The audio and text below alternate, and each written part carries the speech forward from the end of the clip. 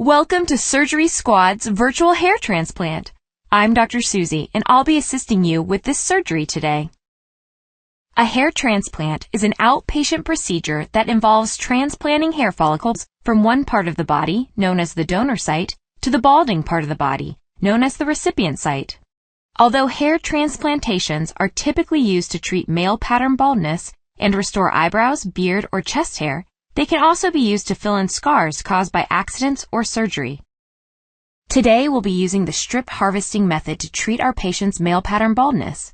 Strip harvesting involves removing a small strip of scalp from the donor site under local anesthesia and transplanting the pieces or grafts of the scalp into the recipient site of the patient's head. Before the surgery, our patient was advised by his doctor to avoid using any medications that may result in a poor take of the grafts. These medications include, but are not limited to, aspirin, ibuprofen, and antacids. Alcohol use and smoking before and after the surgery can also result in poor graft survival. To prepare our patient for the procedure, we'll need to first shampoo his hair with an antibacterial agent to help prevent any infection. I think you can handle that.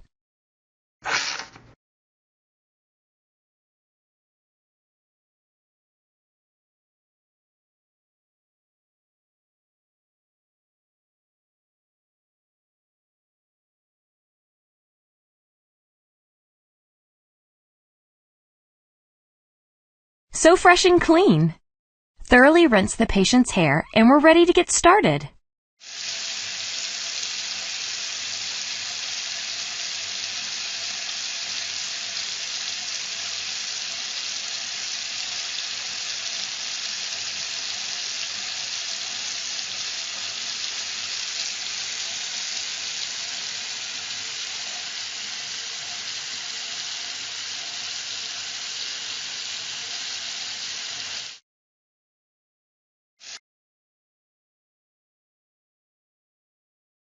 The next step is to define our patient's target hairline.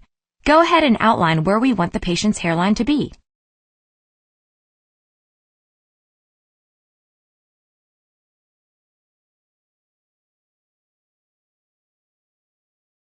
That looks good to me. Let's prepare the donor site. We'll begin by trimming the patient's hair in that area.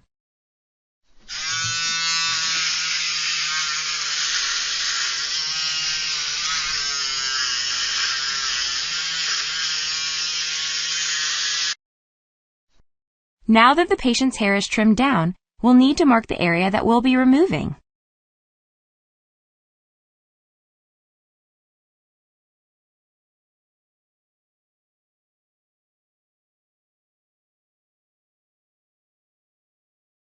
Great job!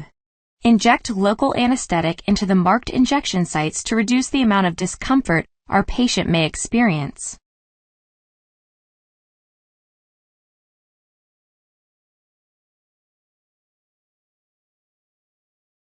Great! He won't feel a thing! Now we'll need to remove the piece of scalp we outlined from the donor site.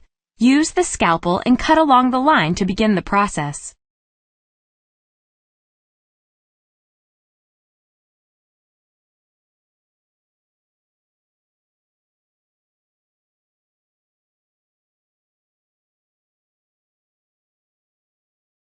Next, we remove the piece of scalp from the donor site. Make sure you have a good grip.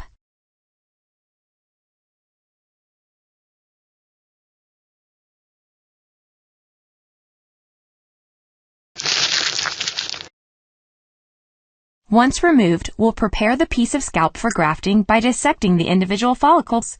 But before we do that, why don't you go ahead and suture the donor site?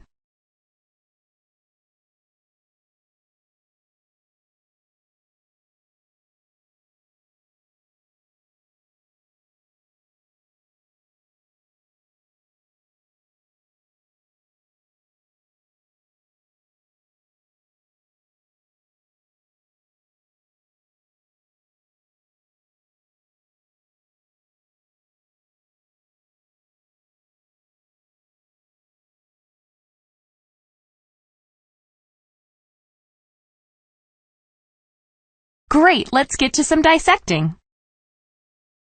The first thing that we need to do is cut the removed scalp into sections. We'll dissect this one section of skin while our medical assistants take care of the others.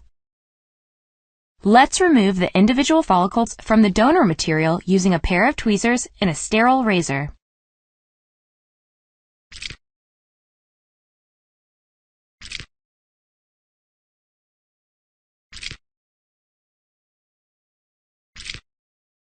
Nice job! This step is repeated thousands of times to get each follicle prepared. I'll have my assistants finish up. To prepare the recipient site, you'll need to first inject a local anesthetic into the scalp. We don't want our patient to be uncomfortable.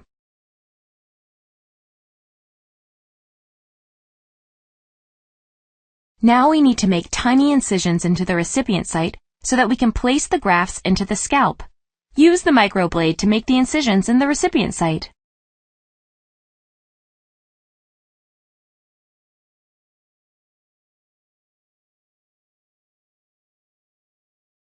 Perfect!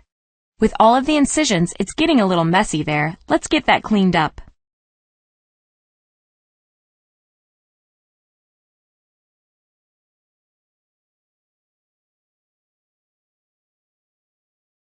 Much better. Use your tweezers to pick up and insert the hair grafts into the recipient area.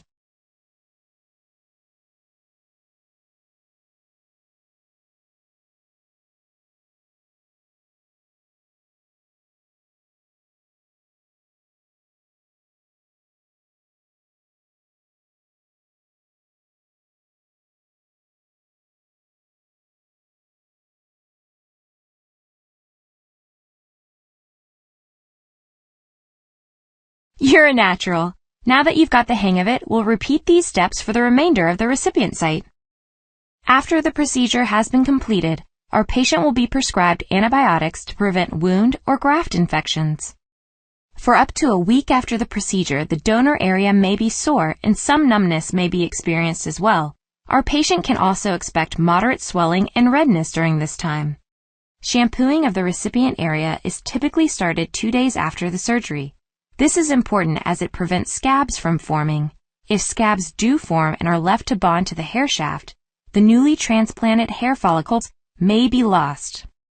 In about 10 days, our patient will return to have his sutures removed.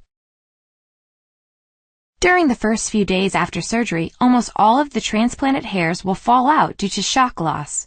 Shock loss occurs when the hairs are traumatized by their relocation. Within 2 to 3 months, the patient can expect new hair to begin to grow from the treated area and continue to thicken during the following 6 to 9 months. And that's hair transplant surgery. Why not try your surgical skills in another surgery here on SurgerySquad.com?